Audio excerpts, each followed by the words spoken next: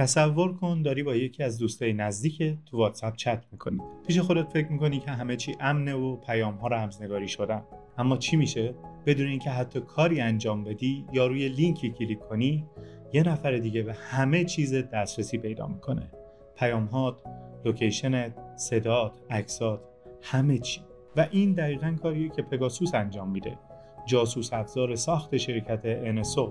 وقتی واتساپ فهمید این نرم افزار روی گوشی بیش از 1400 نفر از کاربراش نصب شده، مسئله رو به دادگاه برد. نه فقط برای دفاع از حریم خصوصی کاربرها، بلکه شاید برای دفاع از یک ارزش انسانی، حق دیده نشدن وقتی نمیخوای کسی تماشات کنه. از قتل جمال خاشقچی، روزنامه‌نگار منتقد سعودی و ارتباطش با پگاسوس، تا دولت مکزیک و استفاده از این نرم افزار برای جاسوسی روی مخالفینش، همه مسائلی هستن که قراره تو این اپیزود ازشون حرف بزنیم. تو این قسمت قراره با هم وارد یک قلمرو خاکستری بشیم، جایی بین فناوری و اخلاقیات و قدرت و اعتماد بچرخیم و از خودمون بپرسیم که واقعا حریم خصوصی تو دنیای دیجیتال چه معنایی داره و کی قراره ازش محافظت کنه.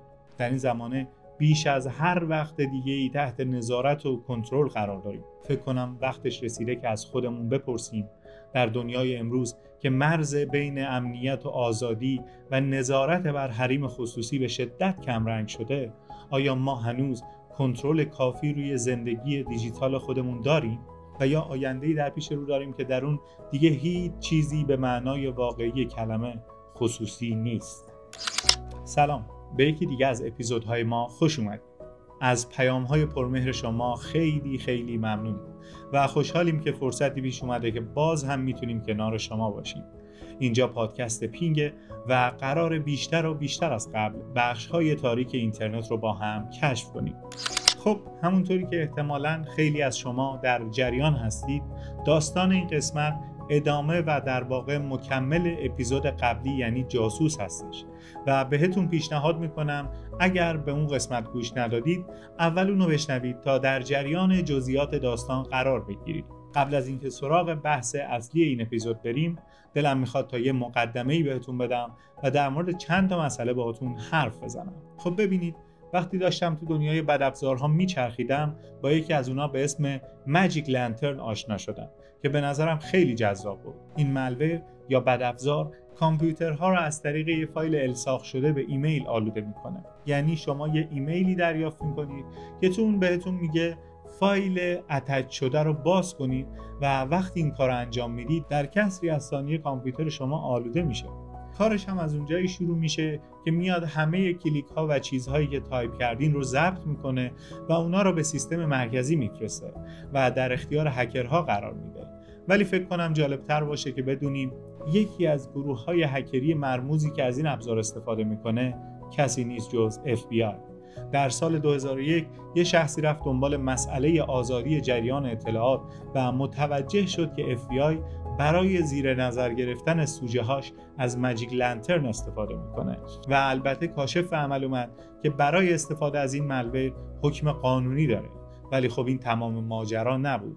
یکم بعد بحث های زیادی در مورد مسائل امنیتی و فضای خصوصی کاربرا شکل گرفت و سوالی که پیش اومد این بود که وقتی FBI برای سرک کشیدن به کامپیوترهای دیگران حکم قضایی داره، آیا شرکت‌های امنیتی و آنتی ویروس حق اینو دارن که در صورت شناسایی ماجیک لنترن اونو به کاربر مد نظر گزارش بدن یا نه؟ البته که جواب این سوال برای FBI منفی بود، چون اصلا دلش نمیخواست توی مأموریت‌های سری ردی از خودش باقی بذاره. ولی خب از سمت دیگه داستان ما با نرم افزارهای آنتی ویروسی طرف هستیم که رسالت اونا گزارش چنین چیزاییه، مثل شرکت F-Secure از فنلاند. خیلی سریع اعلام کرد که اونا قطعاً این مسئله رو گزارش میکنن. از اون ور آنتی ویروس مکافی که اساساً آمریکایی بود گفت که اگر با ماجیک لنترن مواجه بشه اونو نادیده میگیره و گزارشی نمیفرسته.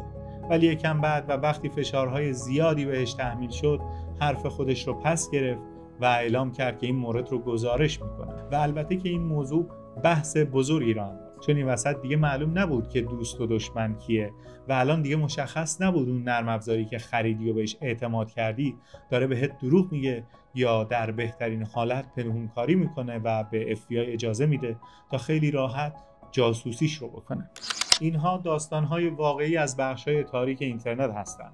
من سعید سوزنگر هستم و اینجا پادکست پینگ، نسخه فارسی از پادکست مشهور دارکنت دایریز. با ما باشید. آخر اپیزود قبلی ما براتون تعریف کردیم که آقای جان اسکات ریلتون از شرکت سیتیزن لب که کارش پرده برداری از کمپین‌های هکینگه در نهایت به نحوی به گروه NSO برخورد میکنه. حالا تو این اپیزود قراره بیشتر در مورد تحقیقاتی که ایشون و تیمش روی این گروه انجام دادن حرف بزنیم. ما تو اپیزود قبلی به صورت خلاصه گفتیم که گروه NSO سازنده جاسوس افزار پگاسوسه. طی چند سال گذشته یکی از کارهای جان و همکاراش اینه که تهدیدهای دیجیتال مختلفی رو که علیه جوامع مدنی انجام میشه رو مورد بررسی قرار بدن. خب بیاید یکم بحث رو باز کنیم و ببینیم جوامع مدنی اصلا چی هست و دقیقاً به چه افرادی اشاره داره. این واژه به گروه‌ها و نهادهای غیر دولتی و همینطور افرادی اشاره داره که هدف اصلی و اساسیشون آزادی بیانه تا بتونن به یک جامعه برخوردار از دموکراسی برسن. پس یکی از فاکتورهای مهم برای این دسته از افراد آزادی رسانه است، یعنی جایی که خبرنگارا بتونن فارغ از هر نوع محدودیتی تحقیقات خودشون رو انجام بدن، از دولت و جامعه نقد کنن و خیلی راحت مطالبی که میخوان رو نشر بدن، چیزی که در کشور ما اصلاً و ابداً اتفاق نمیفته. شرکت سیتیزن لب هم یکی از همون جاهاییه که به جامعه مدنی در برابر تهدیدهای دیجیتال کمک میکنه. ولی حقیقت امر اینجاست که ما تو جهانی زندگی میکنیم که خبرنگارا و فعالای حقوق بشر مورد هدف عاملای حکومتی قرار میگیرن. آدم‌هایی که به سیتیزن لب مراجعه میکنن اغلب میگن که یه سری اتفاق عجیب و غریب روی موبایل یا سیستمشون افتاده و بابتش نگرانن. و البته سیتیزن لب هم تو بیشتر مواقع مجبوره که تحقیقات گسترده‌ای روی زیرساخت‌ها انجام بده. یعنی هدف نهایی این سازمان اینه که بره سراغ اون دسته از اعضای جامعه مدنی که مورد تهدید واقع شدن و تحقیق کنه و البته نتایج رو در اختیار عموم بذاره. و خب اتفاقی که در نهایت میفته اینه که عموم جامعه نسبت به گروه‌ها و تهدیدایی که علیه خبرنگارا و فعالهای این حوزه میشه به آگاهی بیشتری میرسن. خیلی خوب. از اینجای داستان به بعد قراره با فردی به اسم احمد منصور، فعال حقوق بشر از امارات متحده عربی آشنا بشیم. این آقا از اون دسته افرادیه که همیشه تو زندگیش دوست داشته یه تغییر ایجاد کنه و البته از همه مهمتر دنبال برابری و عدالت بوده. احمد منصور به خاطر این طرز فکرش و همینطور اظهار نظرهای زیاد در مورد مسائل حقوق بشری و صحبت‌هایی که علیه دولت امارات متحده عربی انجام داده بارها مورد تهدید قرار میگیره و چند باری هم هدف حمله تروجان‌های دولتی میشه و دست آخر سراغ سیتیزن لب میره. تیم تحقیقاتی سیتیزن لب بررسی‌های خودش رو شروع میکنه و به یه سری دامنه مشکوک میرسه و میفهمه که بله، این دامنه به اسم گروه NSO ثبت شده. بچه‌های تحقیقات که حسابی مشکوک شده بودن یکم بیشتر روی این قضیه وقت میذارن و میبینن که بیخودی هم بدبین نبودن و گویا با یه بدافزار جدید از سمت گروه NSO طرفن. خلاصه سیتیزن لب بعد یه مدت بررسی به این نتیجه گیری میرسه که این دامنه ها اساساً قراره یه سری آدم رو هدف حملات دیجیتالی قرار بدن. ولی تیم سیتیزن لب هیچ ایده‌ای از این که این دامنه ها قراره چیکار کنن و کیو هدف قرار بدن نداشت. انگار خدا احمد منصور رو فرستاده بود تا پرده از دامنه های آلوده به پگاسوس برداشته بشه. یکم بعد احمد منصور یه سری پیام متنی به سیتیزن لب نشون میده که به زبان عربی بودن و تو اونا در مورد شکنجه مخفیانه اماراتی ها تو زندان هاشون صحبت شده بود و البته یه لینک هم بود که نمیدونستن باید باهاش چیکار کنن. خب سیتیزن لب باید کارش رو از یه جایی شروع میکرد و توی وهله اول رفت سراغ یکی از کارمنداش. بعدش نشستن با این همکار صحبت کردن تا با دوست دخترش حرف بزنه و اونو قانع کنه که بیخیال آیفونش بشه. اونا گوشی رو از هر چیزی پاکسازی کردن و در نهایت روی لینک کلیک کردن تا بتونن به یک کپی از جاسوس افزار پگاسوس برسن. الان دیگه تیم سیتیزن لب به به یه آیفون دسترسی داشت و میتونست باهاش کلی آزمون و خطا کنه و البته باید به شدت محتاط و مراقب رفتار میکرد. اول از همه یه سری روش پیاده کردن تا بتونن ترافیک‌های ورودی و خروجی از گوشی رو زیر نظر بگیرن و البته این کار رو به نحوی انجام دادن که تونستن ترافیک‌های رمزگذاری شده رو هم تحت نظر بگیرن و یه نگاهی بهشون بندازن. بعد هم هر چی داشتن رو کنار هم گذاشتن تا تغییرات قبل و بعدی که توی گوشی ایجاد شده بود رو ببینن. خب بیاین یکم براتون بازش کنم. اونا وقتی برای اولین بار روی لینک کلیک میکنن در وهله اول میبینن که مرورگر از کار میفته و یه سری چیزا دارن تغییر میکنن و گوشی در حال فرستادن سیگنال و برقراری ارتباط با سرور NSO و متوجه میشن که بله، شاهد نوعی از جلبریک از راه دور هستن. توی توضیح بذاریم بگم که جلبریک توی گوشی آیفون باعث دسترسی بیشتر و امکان کنترل نامحدود روی سیستم عامل و فایل های سیستم میشه و در گوشی های اندروید هم میشه روت کردن و خب فکر کنم از چیزایی که گفتم برای شما هم مشخص باشه که این یه اتفاق معمولی نبود. تیم سیتیزن لب همون موقع فهمید که از دونه زنبور سر در آورده، یعنی تونسته بودن وارد بخش آلوده زیرساخت بشن و خیلی تمیز به قلب پگاسوس برسن. البته یکم طول کشید تا به عمق قضیه پی ببرن و در نتیجه همکاری با تیم لوکاوت سکیوریتی که نرم افزارهای امنیتی برای گوشی‌های موبایل میسازه تونستن این مالور رو کالبد شکافی کنن و اونجا فهمیدن با چیزی برخورد کردن که هیچ کس تا حالا باهاش رویارویی نداشته و این یک کشف خیلی بزرگ برای تیم بود. اونا متوجه شدن که طرف حسابشون یه مالور به شدت پیشرفته و همه چی تمومه که همه جور قابلیتی داره و البته از حملات زیرو دی یا روز صفر استفاده میکنن. از اونجایی که با یه سیستم به شدت خفن طرفیم، بیاید یکم مسائل رو بیشتر باز کنیم تا به جزئیات این ابزار پی ببریم.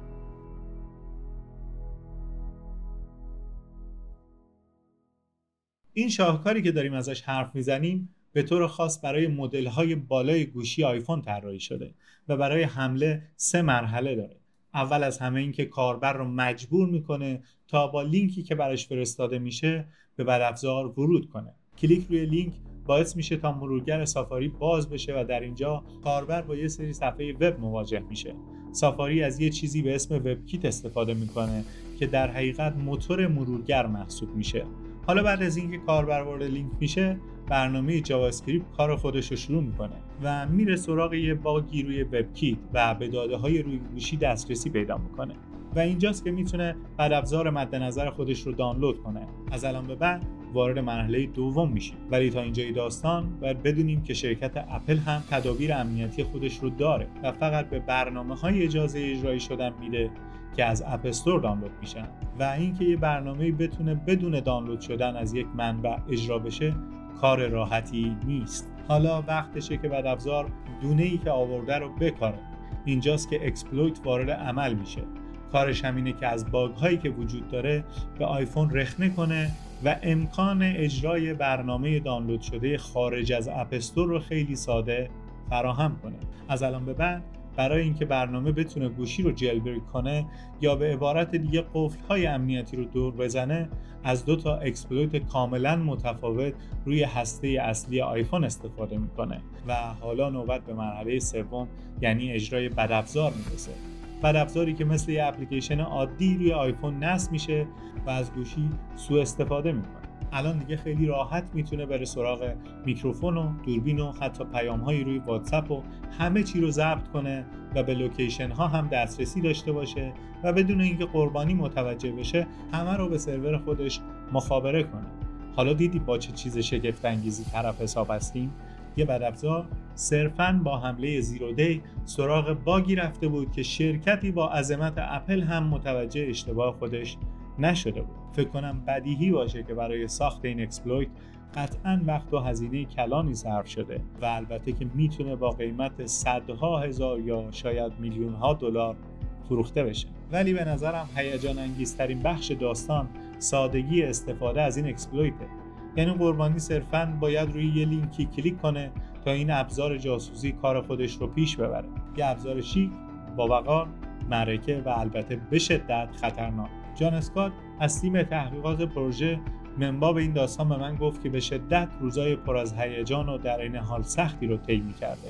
روزایی که خستگی و کمخوابی زیاد با هیجان آشنایی با یکی از بهترین بدافزارهای دوران همراه بوده و چیزایی رو به چشم می‌دیده که تقریباً کمتر کسی تجربه کرده. فکر کنم بدیهیه که تیم خستگی ناپذیر سیتیزن لب باید قبل از هر چیزی به امنیت خودشون فکر می‌کردن و باید حواسشون رو جمع می‌کردن تا هیچ جوره به خطر نیفتن. البته که اونا عمیقاً قدردان احمد منصور هم بودن، آدمی که به خاطر شک به جایی که داشته سر از سیتیزن لب در میاره تا در نهایت این آدما کنار هم به یه نتیجه بزرگ برسن. ولی خب از اینا که بگذریم، سوال پیش میاد که بعدش چی؟ بله، درسته که حرف منصور درست از آب در اومد و یه خبرایی توی گوشیش بود، ولی حالا که این اکسپلویت پیدا شده چه کارایی میشه باهاش کرد؟ وقتی این سوال رو از جان پرسیدم، بهم گفت که اونا سریعا وارد عمل شدن و این مسئله رو با اپل در میون گذاشتن و خودشون رو آماده کردن تا اطلاعاتشون رو در اختیار عموم بذارن و همزمان با اطلاعیه جدید شرکت اپل در مورد آسیب پذیری جدید اونا هم گزارش خودشون رو منتشر کنن. یا البته اون موقع اصلا نمیدونستن که قرار چند سال آینده درگیر NSO بشن.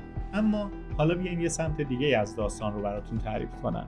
سیتیزن لب در آگوست 2016 تونست این مالویر رو کشف کنه و شاید براتون جالب باشه که بدونید روش به کار رفته تو این اکسپلویت بر مبنای تکنیکی بود که 3 ماه قبل از این ماجرا توسط مجله فرگ توضیح داده شده بود و بدتر از همه اینکه ظاهراً همون وبکیتی که باگ داشت و در موردش حرف زده بودیم تو کنسول بازی نینتندو سویچ هم استفاده شده بود و این یعنی این دستگاه هم نسبت به اکسپلویت مد نظر ما آسیب پذیری داشت. الان اونایی که می‌خواستن نینتندو سویچ رو هم هک کنن وارد بازی شدن و از اکسپلویت استفاده کردن تا بتونن به هدفاشون برسن. ولی ربط این اکسپلویت به گروه NSO که از اول داستان داریم در موردش حرف می‌زنیم چیه؟ سیتیزن لب روی این قضیه کار کرد و متوجه یه سری IP و دامنه شد که مرتبط با این بدافزار بودن و طی تحقیق روی اطلاعات ثبت شده دامنه و بررسی معکوس DNS در نهایت به 2 تا دامنه رسید که متعلق به گروه NSO بودند و حالا دیگه شکی وجود نداشت که پشت این داستان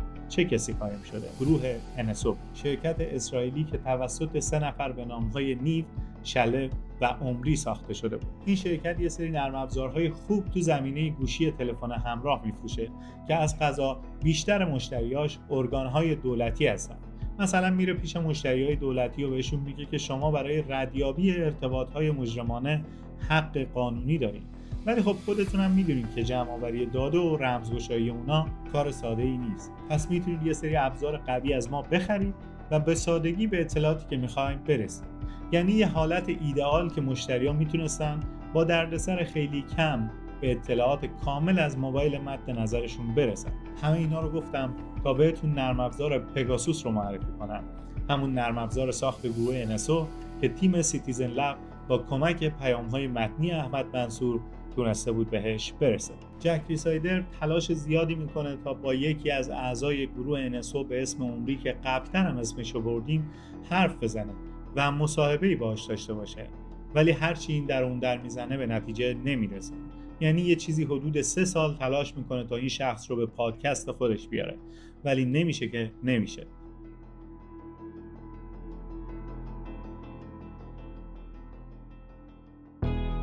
حالا الان اینجا مصاحبه ای از لسلی استال از برنامه 60 دقیقه رو براتون آوردم که توش با شلو از اعضای گروه NSO مصاحبه کرده. لسلی تو صحبتاش میگه که این گروه به مدت 8 سال هیچ وقت اجازه نداده که تصویر یا فیلمی از محل کارشون پخش بشه و در این حال اعضای سازمان همیشه خودشون رو به عنوان یک شرکت موفق توی زمینه تکنولوژی معرفی کردن. لسلی تو مصاحبهش میگه که این شرکت به شدت امنیتی کارمندایی با سابقه کار تو ارتش و موساد داره. از طرف دیگه هم پگاسوس یه نرم افزار جاسوسی با حساسیت بالاست و NSO باید قبل از انتشار از وزارت دفاع اسرائیل مجوز میگرفته. لسلی در مورد وضعیت امنیتی پگاسوس و مشتریای احتمالی اون از شلو سوال میپرسه و ازش میخواد که به طور دقیق توضیح بده و بگه که آیا این نرم افزار به کشورهای ضد حقوق بشری و مخالفهای خبرنگاری آزاد فروخته میشه یا نه. ولی شلف در جواب میگه که اونا فقط برای جلوگیری از جرم و تروریسم پگاسوس رو راه اندازی کردن و تا حالا تونستن جون صدها هزار نفر رو نجات بدن.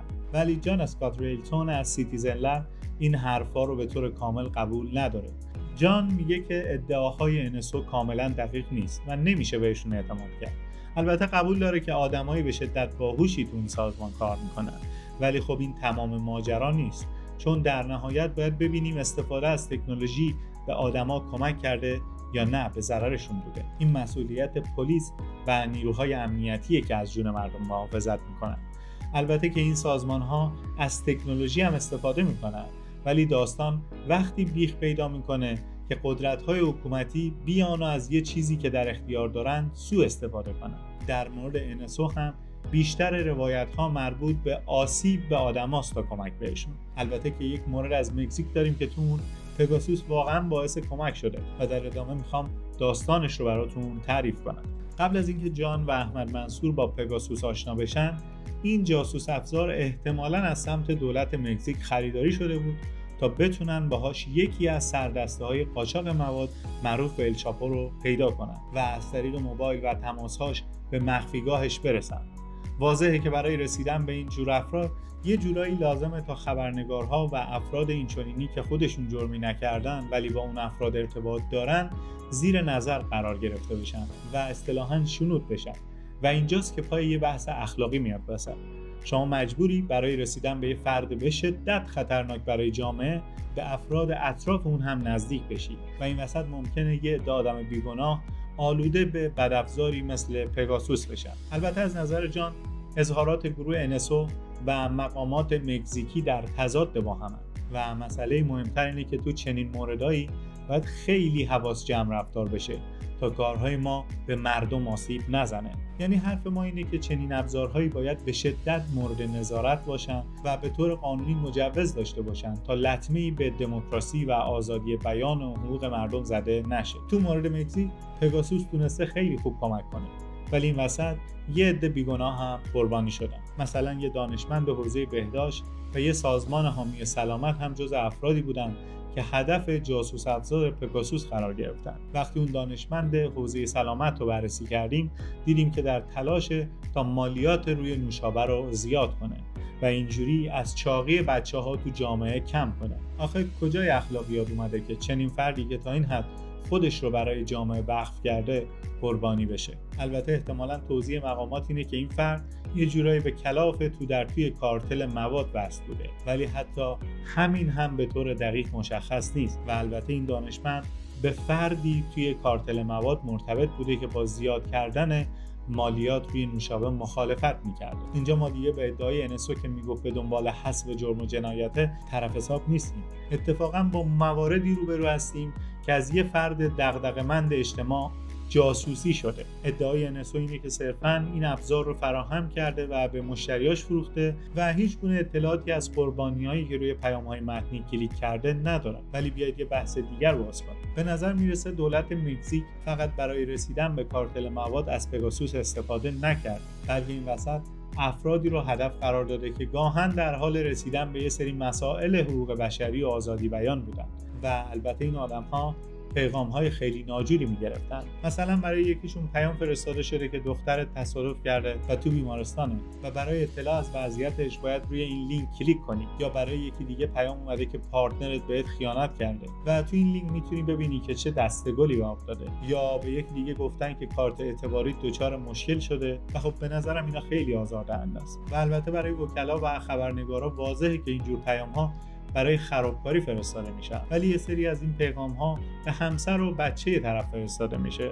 مثلا یه بار به بچه یکی از خبرنگارا که دور از خانواده و تو کشور دیگه زندگی میکرده پیام فرستادن و گفتن که مادر چند روزه که گم شده و اگر میخوای تو پیدا کردنش کمک کنی روی این لینک کلیک کن. فکر کنم هممون موافق باشیم که هدف قرار دادن یه بچه کار به شدت غیر اخلاقی هستش. اگر بعضی از این پیام‌ها رو بخونید واقعا عصبانی میشه. کدوم وجدانی قبول میکنه که دولت برای رسیدن به هدف‌های غیر تروریستی یه ابزاری بخره و باهاش هر طور که دلش میخواد رفتار کنه؟ اینا همون چیزایی هستن که اول اپیزود داشتم بهشون اشاره میکردم. به نظر میرسه تو دنیای تکنولوژی امروز هیچ جور مرز اخلاقی رعایت نمیشه و فقط یه هدف وجود داره: نقض حریم خصوصی. آیا غیر اینه که آدمای دنیا تو خیال خودشون فکر میکنن که تکنولوژی به حریم خصوصیشون احترام میذاره؟ آیا ما حق داریم به واسطه اختیارات و قدرتی که داریم از جامعه سوء استفاده کنیم و آزادی بیان و حقوق شهروندی رو زیر پا بگذاریم؟ دامنه سوء استفاده از این ابزار تو مکزیک به شدت گسترده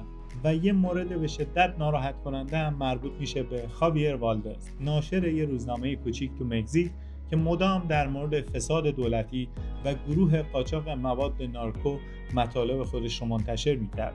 خاویر یه آدم به شدت جسور و راسخ تو کار خودش بود و از هیچ چیزی هم ابایی نداشت، تا اینکه یه روز دقیقاً دم در دفترش یه عده اون از ماشینش بیرون میکشن، بهش شلیک میکنن و گوشی و لپتاپش هم میدزدن و وسط خیابون رهاش میکنن. و البته چند روز بعد از مرگ غم انگیز خاویر کاشف عمل میاد که همسر و همکارانش تو روزنامه مورد هدف پیام‌های متنی پگاسوس واقع شدن و خب اینجا بحث خیلی جنجالی پیش میاد.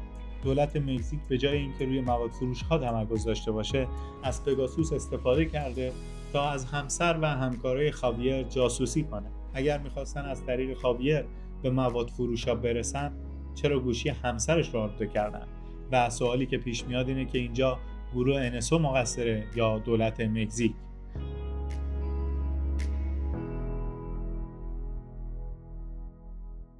بیایید از ماجرای مکزیک بگذریم و یه سری به عربستان سعودی بزنیم، کشوری که جاسوس افزار پگاسوس رو خرید و در نهایت باعث شد تا همه اخبار دنیا مربوط به این ابزار بشه: قتل جمال خاشقچی. فکر کنم حداقل اگر داستانش رو هم ندونید در موردش یه چیزایی شنیده باشید یا اسمش به گوشتون خورده باشه. این خبرنگار اهل کشور عربستان اتفاقا تا قبل از به قدرت رسیدن بن سلمان رابطه نزدیکی با خانواده سلطنتی داشت، ولی بعد از اون از نویسندگی و حتی توییت زدن هم محروم شد و مورد سرکوب شدید از سمت دولت عربستان قرار گرفت. همینها باعث شدن تا کشور رو ترک کنه و توی جای آزاد در مورد سرکوب‌هایی که توی عربستان میشه حرف بزنه. جمال تو اکتبر سال 2018 به ترکیه سفر میکنه و به کنسولگری عربستان میره، ولی به محض اینکه وارد کنسولگری میشه به طرز فاجعه آوری به قتل میرسه و جسدش رو تکه تکه میکنه. یک ماه بعد CIA اعلام میکنه که این ترور به دستور محمد بن سلمان انجام شده. تو همون زمانها هم تیم سیتیزن لب مدام دنبال این میگشت که چه کسایی توسط پگاسوس آلوده شدن و بالاخره ردی از یک فرد عربستانی تو مونترال کانادا پیدا میشه. تیم سیتیزن لب سراغ این فرد میره و مشخص میشه که بله، ایشون رابطه نزدیکی با جمال خاشقچی داشته. خب پس حالا که میدونیم دوست صمیمی خاشقچی به پگاسوس آلوده شده و عربستان همونو خریده، میتونیم بگیم که دولت عربستان و سعودی از این نرم افزار برای جاسوسی استفاده کرده تا در نهایت سوژه مد نظرش رو ترور کنه. البته گوشی موبایل خاشقچی بعد از ترور بازیابی نشد و برای همین هم نمیتونیم بگیم که آلوده بوده یا نه، ولی اگر چنین بوده باشه میشه گفت که پگاسوس به قتل یک فعال حقوق بشر کمک کرد. البته موضوع یکم عجیبه، چون قاتلان میدونستن که خاشقچی قراره تو کنسولگری حضور داشته باشه و نیازی به اطلاعات دیگه‌ای نداشتن، ولی شاید میخواستن بدونن که با چه کسایی در ارتباطه یا چه جاهایی رفت و آمد میکنه. و اگه کمی دقت کرده باشیم میبینیم که هر جا رد پایی از پگاسوس دیده میشه شاهد درگیری فیزیکی، قتل، حمله یا دست کم ایجاد رعب و وحشت هستیم که این مورد هم تو نوع خودش قابل تأمله. لسلی تو بخشی از مصاحبهش با شلب از گروه NSO به موضوع مرگ خاشقچی اشاره میکنه و میگه که شما پگاسوس رو به عربستان سعودی فروختید و باعث مرگ اون فرد شدید. شلب هم در جواب بابت این مرگ تراژدی ابراز تأسف میکنه و میگه که از این اتهام‌ها خبر داره و اتفاقا خیلی سریع موضوع رو بررسی کرده و هیچ ردی از پگاسوس تو این جریان وجود نداره. البته لسلی پای گزارش‌های رسانه‌ها رو وسط میکشه و میگه که شما شخصاً به ریاض سفر کردید و در ازای 55 میلیون دلار پگاسوس رو به دولت سعودی فروختید. ولی شلب قضیه رو انکار میکنه و میگه اینا فقط شایعاتی هستن که روزنامه‌ها از خودشون در میارن و چنین چیزی حقیقت نداره. و اگر بفهمن که یه عده دارن از تکنولوژی شرکت اونا سوء استفاده میکنن، سریعاً متوقفش میکنن، چون رسالت اصلی گروه NSO دنیایی امن و فارغ از جنگ و خونریزیه. یه مدت بعد واشنگتن پست مقاله‌ای منتشر کرد و تو اون گفت که تلفن همراه همسر خاشقچی ارزیابی شده و کاشف عمل اومده که پیام‌های متنی زیادی رو دریافت کرده. البته این خانم یادش نمیومد که آیا روی این پیام‌ها کلیک کرده یا نه و شواهد قانونی مبنی بر آلوده بودن گوشی وجود نداره. خب از یه طرف شلو از گروه NSO خیلی قرص و محکم وایساده و میگه که اونا هیچ نقشی توی این ترور نداشتن و از یه سمت دیگه هم شاهد این هستیم که موبایل اطرافیان و خانواده جمال خاشقچی مورد حمله قرار گرفته. پس واضحه که یه نفر اینجا داره حقیقت رو پنهون میکنه. اما یه نگرانی اساسی اینجا وجود داره و اونم اینه که NSO مثل هر شرکت دیگه‌ای به دنبال پول درآوردن و سود بیشتره و قطعا خیلی‌ها تو این دنیا وجود دارن که دوست دارن یه نسخه از پگاسوس رو داشته باشن تا راحت کارهای جاسوسی خودشون رو انجام بدن و البته هیچ مقررات و نظارت خاصی روی خرید و فروش این نرم افزار وجود نداره. تو این شرایط فقط میتونیم به اخلاقیات و قضاوت‌های وجدانی افراد حاضر تو گروه NSO بسنده کنیم. اتفاقا یه سوال جالب هم برای لسلی پیش اومده بود و از شلو میپرسه که اگر تعریف تروریسم از نظر شما با تعریف تروریسم از نظر مشتری فرق داشته باشه چی؟ اون موقع باید چی کار کرد؟ که البته باز هم شلو مثل قبل یه جواب کلی میده و میگه که تا حالا همچین مشکلی با مشتریاشون نداشتن و تا حالا با موردی برخورد نکردن که مشتری دنبال آزار یا قتل یه آدم بیگناه باشه. شلو ادعا کرده که اونا بیش از 100 تا کشور رو تحریم کردن و هیچ وقت تکنولوژی خودشون رو به تروریست ها نمیفروشن. از طرفی هم میگه که از بین هزاران موردی که پگاسوس باعث کمک به جون آدمو شده فقط 3 مورد واقعی وجود داره که تو اونا سوء استفاده انجام شده.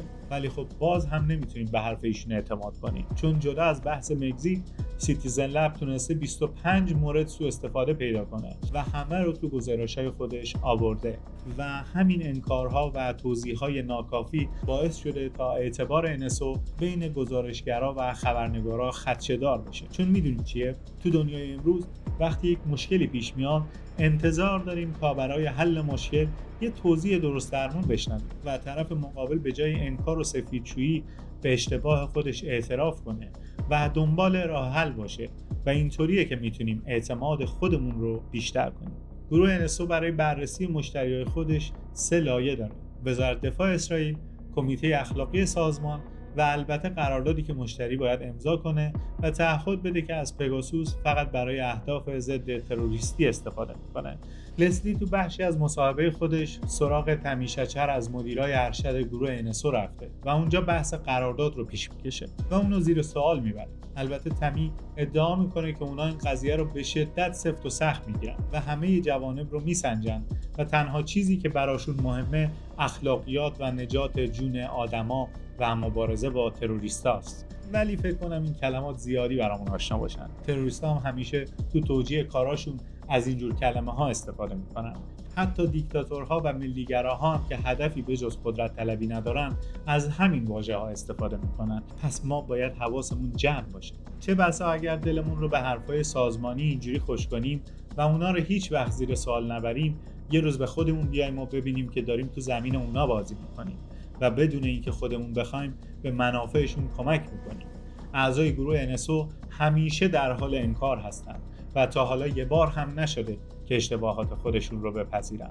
الان میخوام در مورد پرونده NSO تو مقوله هک واتساپ و کاربرای این اپلیکیشن باهاتون حرف بزنم. تو بهار سال 2019 جان و تیمش تو سیتیزن لب در حال کار روی NSO بودن. یکی از وکلا که روی پرونده های قربانیان پگاسوس کار میکرده متوجه یه سری نوتیفیکیشن عجیب از سمت واتساپ میشه. مثلا میدیده که روی گوشیش تماس از دست رفته برای ویدیو کال واتساپ میاد، ولی وقتی بازش میکرده چیزی نمیدیده. یعنی فکر کنید یه لحظه نوتیفیکیشن میومده و بعد غیب میشد. تیم سیتیزن لب بعد از بررسی دستگاه متوجه میشه که اونا با حمله زیرو کلیک علیه کاربرای واتساپ مواجه هستن و اوضاع وخیم‌تر از این حرف است، چون این بار NSO یه راهی پیدا کرده تا بدون فرستادن لینک و کلیک روی اون دستگاه مد نظرش رو آلوده کنه. تو چنین حمله‌ای شما هیچ راهی برای دفاع از خودت ندارید. فکرش رو بکن. حتی وقتی بهترین گوشی رو دستتون گرفتید و دارید از آخرین نسخه یکی از بهترین اپلیکیشن ها استفاده می‌کنید، بدون کلیک کردن روی هیچ لینکی آلوده بشید. سیتیزن لب فوراً واتساپ رو در جریان میذاره، ولی اونها یکم قبل متوجه این موضوع شده بودن و داشتن تلاش خودشون رو میکردن تا جلوی رخنه رو بگیرن. فکر کنم هممون میدونیم که واتساپ یکی از پیام رسان‌های معروف تو سطح جهانه و درصد بالایی از آدمای دنیا از این اپلیکیشن استفاده میکنن و حالا NSO تونسته بود چیزی وسیع‌تر از گوشی آیفون رو هدف قرار بده. تیم واتساپ که زیر مجموعه‌ای از فیسبوک قضیه رو به دادگاه میبره و اونجا توی بمب خبری اعلام میکنه که سرورهایی که برای این جریان استفاده شدن تحت مالکیت گروه NSO هستن. پس حالا ماجرا کلاً عوض شد، چون این گروه همیشه اعلام کرده بود که هیچ نقشی توی جریانی نداره و فقط نرم افزارهاش رو به بقیه میفروشه، ولی حالا معلوم شده بود که NSO به طور کامل زیرساخت‌ها رو در اختیار داره و داستان خیلی متفاوت شده بود، چون از یه طرف این سازمان در جریان این که چه کسایی آلوده شده بودن قرار داشت و اینجوری بحث امنیت ملی وسط کشیده میشد و از یه طرف دیگه هم تمام ادعاهای قبلیش زیر سوال میرن. این پرونده در اکتبر 2019 به دادگاه سان فرانسیسکو رفت و تا سال 2024 طول کشید، ولی به دلیل مسائل امنیتی و ارتباط کشورهای دیگه با پگاسوس و فشار اسرائیل به تعویق افتاد. از یه طرف تیم NSO به خاطر پیچیدگی ماجرا ادعای مسئولیت کرده بود و از طرف دیگه هم وزارت دادگستری آمریکا و دولت اسرائیل وارد بازی شدند و اینها باعث شدند تا پرونده به تعویق بیفته و در نهایت در دسامبر سال 2024 قاضی فدرال تو کالیفرنیا رأی داد که NSO قوانین هک آمریکا و همینطور شرایط استفاده از واتساپ رو نقض کرده. البته این پرونده هنوز در جریانه و میزان خسارت‌ها هنوز مشخص نیست و واتساپ دنبال غرامت مالی و ممنوعیت کامل فعالیت NSO در امریکا است. این پرونده یکی از جنجالی ترین پرونده های دنیا تو سالهای اخیره. فکرش رو بکنید تو اواخر سال 2020 شرکت های بزرگی مثل مایکروسافت، گوگل، گیت هاب و لینکدین هم یه دادخواست مشترک علیه NSO به دادگاه ارائه کردن، چون از یه طرف این قضیه باعث شده بود تا اعتماد عموم به تکنولوژی کمتر بشه و از طرف دیگه این شرکت ها میخواستن نشون بدن که با نقض حریم کاربرا مخالفن. سازمان های حقوق بشری و روزنامه‌نگارها و البته قربانی های دیگه پگاسوس هم به این جمع پیوستن و شکایت بزرگی رو تنظیم کردن. تو همون بازه زمانی یه لیست از 50,000 شماره تلفنی که احتمالاً توسط پگاسوس آلوده شده بودن منتشر شد که تو اون شماره‌های مقام‌های بلندپایه دولتی مثل رئیس جمهور فرانسه و آدم‌های سرشناسی مثل همسر سابق حکمران دبی هم وجود داشت. البته تو صحت این لیست 50,000 نفری شک و شبهه وجود داره و شلف طی مصاحبه‌ای که با یکی از شبکه‌های اسرائیلی داشت ادعا کرد که این شماره‌ها احتمالاً از سیستم HLR لوکاپ بیرون کشیده شدن. این سامانه یک پایگاه داده برای تلفن‌های ثبت شده است که شرکت‌های مخابراتی در اختیار دارند، ولی یه نفر که با نحوه عملکرد پگاسوس آشنایی داشت اعلام کرد که این نرم افزار میتونه با ابزارهایی که داره به این سامانه رخنه کنه. این وسط شلب یه حرف عجیب زد و گفت یه هفته قبل از علنی شدن این لیست مطلع شدن که سرورهاشون تو قبرس هک شدن و از طرفی هم کل لیست هدف NSO هم هک شده. درسته که اونا تو قبرس سرور داشتن، ولی شلب گفته بود که غیر ممکنه لیست هدف اونا دزدیده بشه، چون اصلاً چنین لیستی وجود نداره و هر کدوم از مشتری‌ها زیرساخت‌های خودشون رو دارن. راستش منم نفهمیدم چی شد. چرا یه لیست 50,000 نفری از شماره وجود داره و چرا شلب ادعا کرده که NSO مورد حمله قرار گرفته و میگه که لیست هدف دزدیده شده و از اون ور انکار میکنه که چنین لیستی وجود داره. چند ماه بعد از این داستان‌ها NSO یه بیانیه منتشر کرد و تو اون گفت که مشتریان موظف هستن تا از این به بعد محصول خریداری شده، دلیل و مدت استفاده از اون و همینطور هدفشون رو ثبت کنن تا اگر اتفاقی بیفته همه چی رو به صورت ذخیره در اختیار داشته باشن. سازمان عفو بین‌الملل که اولین بار در مورد لیست 50,000 شماره تلفن گزارش داده بود، به لحاظ مسائل امنیتی حرفی از منبع یا فرد خاصی نزد، ولی مشخص شد که 11 کشور از جمله آذربایجان، بحرین، مجارستان، هند، قزاقستان، مکزیک، مراکش، رواندا، عربستان و سعودی، توگو و امارات متحده عربی احتمالاً جزء مشتریای پگاسوس بود. حالا که اسم رواندا اومد وسط، دلم میخواد یکم در مورد استفاده این کشور از پگاسوس باهاتون حرف بزنم. دولت رواندا هر جور استفاده از این نرم افزار رو انکار کرده، ولی بعدها مشخص شد که یکی از رؤسای سابق اداره اطلاعات رواندا بعد از مخالفت با وزارتخونه هدف حمله جاسوسی قرار گرفته که تو اون اقدام از پگاسوس استفاده شده. یکم بعد مقاله‌ای از روزنامه تایمز هم گزارش داد که بیش از 6 فعال اجتماعی توی رواندا هدف حمله جاسوسی پگاسوس قرار گرفتن و بدتر از اون این که افراد مخالف با دولت وقت رواندا یا گم شدن یا زندان رفتن یا به خاطر تهدیدهای زیاد مجبور شدن تا کشور رو ترک کنن و حتی بعضی از اونا کشته شدن. این همون چیزی که داریم از اول داستان در موردش حرف بزنیم و خب برای ما هم خیلی آشناست. این نرم افزار باعث ایجاد الگویی شده که نه تنها جون آدما رو نجات داده بلکه آسیب‌های شدیدی رو به بار آورده. گروه NSO تو گزارش خودش اعلام کرده بود که حدود 60 مشتری از 40 کشور دنیا داره و این خب عدد کمی نیست. فکرش رو بکنید 20% از کشورهای دنیا به پگاسوس دسترسی دارن. البته تو این گزارش گفته شده که گروه‌های NSO یه چیزی حدود 55 کشور رو به دلیل نقض حقوق بشر و فساد تحریم کرده و قصد همکاری باهاشون نداره. تو این گزارش‌ها بارها اعلام شده که مسائل حقوق بشری به شدت برای این سازمان مهمه و اونا مدام مشتری‌ها رو زیر نظر دارن و در صورت دیدن هر نوع سوء استفاده‌ای باهاشون برخورد می‌کنن. این گزارش که برای شفاف‌سازی منتشر شده بود به نظر من هیچ نقطه شفافی نداره. فقط یه سری حرفای تکراری که قبلا گفته رو میگه و حتی اشاره به هیچ مشتری و ارتباطی نداره. برای همین عقل سلیم میگه که این حرفا رو باور نکنید. بعد حالا فکرش رو بکنید وقتی خبر مربوط به لیست 50,000 تا شماره تلفن بیرون اومد، NSO یه مقاله تو سایت خودش منتشر کرد و گفت که از این قضیه خسته شده و دیگه قصد نداره به پرسش و پاسخ رسانه‌ها جواب بده. خنده‌دار نیست؟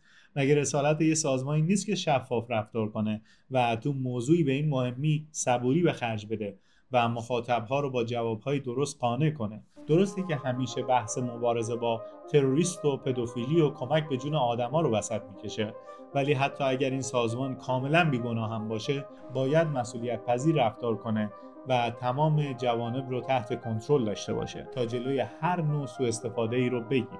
اونا قطعاً بهتر از هر کسی میدونن محصولی که ساختن به شدت خطرناک و بیشتر از هر کسی دیگه مسئول اتفاقات ناشی از نرم افزارن. تو جولای سال 2021 مقامات دولتی اسرائیل به اداره گروه NSO رفتن تا مجوزهای اونا رو بررسی کنن و یکم از اوضاع مطلع بشن.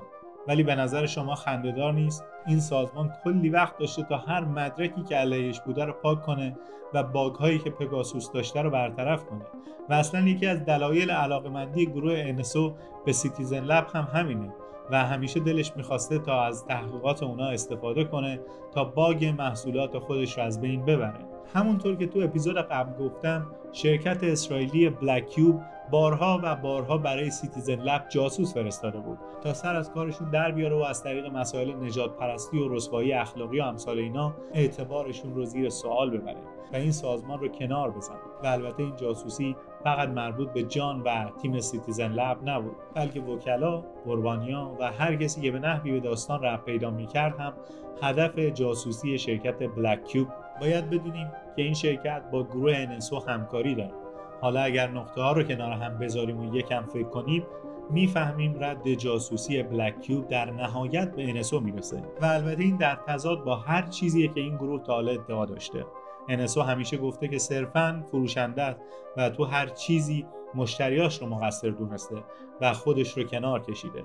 و شاید براتون جالب باشه که بدونید از پگاسوس تو اداره‌های پلیس هم استفاده میشه. مثلا تو یکی از خبرها اومده که دپارتمان پلیس سندیگو از این ابزار جاسوسی استفاده میکنه و عمری از اعضای اصلی گروه NSO هم اعلام کرد که رهبری اداره این سازمان رو تو شهر نیویورک شخصاً بر عهده داره. البته طی گزارشی که سمت رویترز منتشر شد، کاشف به عمل اومد که FBI پیگیر این سازمانه و داره تحقیقاتی انجام میده تا متوجه بشه که آیا از این ابزار علیه شهروندان آمریکایی استفاده میشه یا نه. به هر حال امیدوارم که مقامات دولتی کشورها آگاهی بیشتری در مورد این ابزار به دست بیارن و کاری نکنن که افراد بیگناه طعمه یه عده سودجو بشن. آدما نباید به خاطر بیان عقاید خودشون تو دردسر بیفتن. آدما نباید به خاطر آزادی بیان و دفاع از مسائل حقوق بشری و حقوق اولیه شهروندی خودشون درگیر مسائل پیچیده جاسوسی بشن، مثل مورد خاویر، همون روزنامه‌نگار مکزیکی،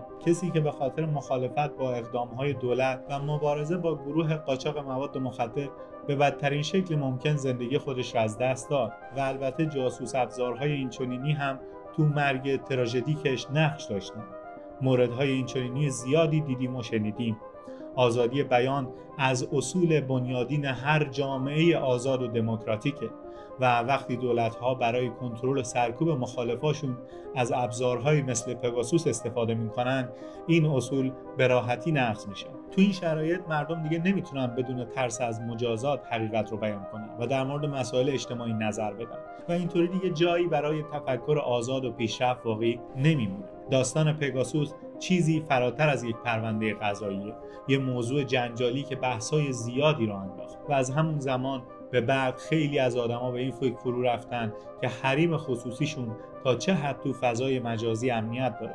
آیا برای حفظ امنیت باید از مرزهای حریم خصوصی عبور کنیم یا باید تعریف جدیدی ازش بسازیم؟ لازم اضافه کنم در کشور ما هم شرکت‌ها و آدم‌هایی هستند که در حال توسعه ابزارهای فیلترینگ و سرکوب علیه مردم خودمون هستند و دارن این ابزارها روز به روز قدرتمندتر میکنن و در اختیار حکومت قرار میدن. ممکنه پگاسوس به ایران فروخته نشده باشه، ولی شرکت‌های زیادی داریم که در زمینه فیلترینگ و شنود و چیزهای اینچنینی توی کشورمون فعال هستن و خیلی از آدم‌هایی که کنارمون رد میشن دارن توی این شرکت‌ها فعالیت میکنن و ابزارهایی رو توسعه میدن که داره علیه مردم خودمون و برای سرکوب مردم خودمون ازشون استفاده میشه. باید یاد بگیریم برای آزادیمون هزینه بدیم و جلوی این جور اقدامات رو بگیریم. شما به اپیزود NSO از پادکست پینگ گوش دادید. ممنون که تا اینجا همراه ما بودید. شما میتونید ما رو توی پلتفرم‌های یوتیوب، اسپاتیفای، اپل میوزیک، کست باکس و آمازون میوزیک بشنوید. ازتون ممنونم که ما رو به اشتراک میذارید. من سعید سوزنگر هستم و این پادکست رو به همراه همکارانم سجاد اصلانی و نیلوفر جعفری برای شما آماده کردم. به امید آزادی بسیار.